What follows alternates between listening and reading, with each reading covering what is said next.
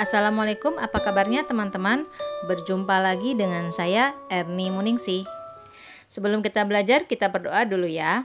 Bismillahirrahmanirrahim. Raditu billahi robba wa bil islami dina wa bi Muhammadin nabiyya wa rasula.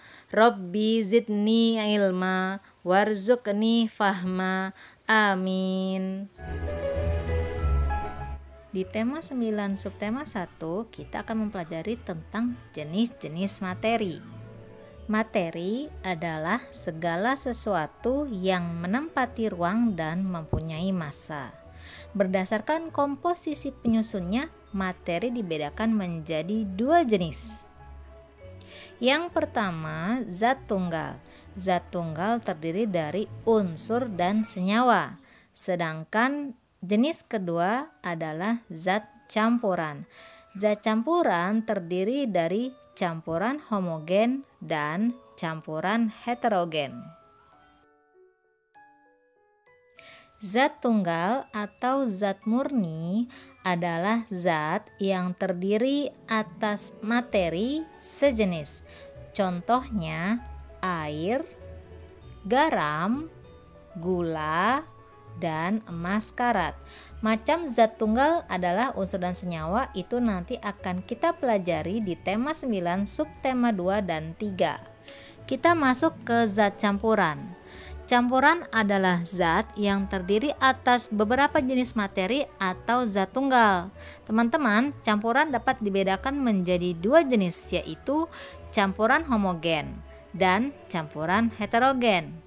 Campuran homogen adalah campuran yang zat penyusunnya tercampur sempurna, artinya tidak dapat dipisahkan atau dibedakan. Contohnya air garam, air sirup, udara, perunggu, dan juga kuningan.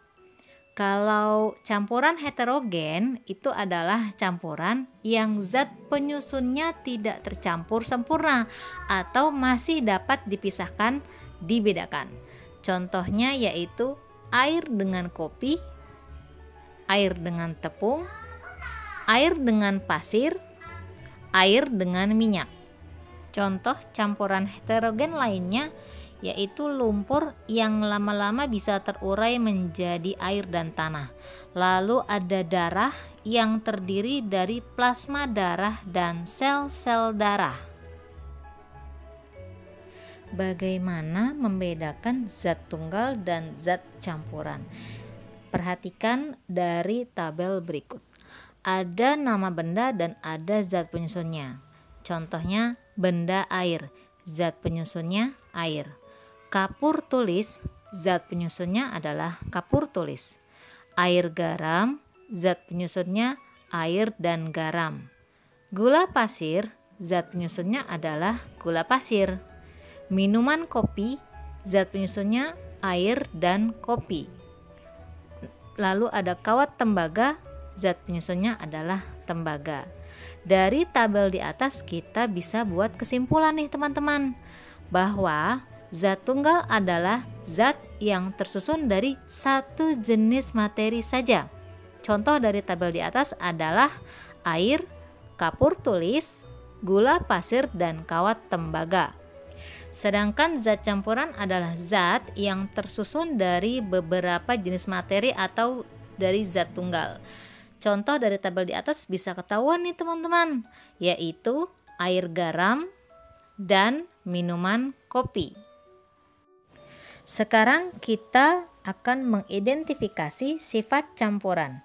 Ada di buku tema halaman 37. Yang pertama, komponen dari air dan gula tercampur sempurna karena di komponen ini kita tidak bisa membedakan antara air dan gula. Lalu ada air dan minyak. Tidak tercampur sempurna teman-teman, karena dari percobaan ini kita bisa membedakan mana air dan minyaknya. Begitu juga dengan campuran air dan pasir. Tidak tercampur sempurna karena kita masih bisa membedakan komponen air dan pasirnya. Lalu ada campuran air dan pewarna makanan. air dan pewarna makanan sama dengan campuran air dan gula, teman-teman. Tidak terlihat perbedaannya. Makanya air dan pewarna makanan termasuk ke tercampur sempurna. Lalu ada minyak dan pasir. Minyak dan pasir tidak tercampur sempurna, teman-teman. Lihat ya di gambarnya. Kita masih bisa membedakan mana minyak dan pasirnya. Campuran minyak dan pewarna makanan termasuk ke tidak tercampur sempurna, teman-teman, karena dari foto itu kita masih bisa membedakan mana minyak dan pewarna makanan, unsurnya masih terlihat berbeda. Lalu komponen penyusun dari campuran minyak dan gula itu juga termasuk tidak tercampur sempurna. Dari identifikasi sebelumnya kita dapat membedakan jenis-jenis campuran. Campuran tercampur sempurna bisa dikatakan campuran homogen. Contohnya yaitu yang tadi ada di tabel: campuran air dan gula, campuran air dan pewarna makanan. Sedangkan untuk jenis campuran tidak tercampur sempurna bisa kita katakan campuran heterogen, teman-teman. Contohnya air dan minyak, air dan pasir, minyak dan gula pasir, minyak dan pewarna makanan, serta minyak dan pasir. Alhamdulillah, materi hari ini sudah selesai. Harapannya semoga teman-teman paham dengan penjelasan materinya. Sampai jumpa di lain kesempatan. Assalamualaikum.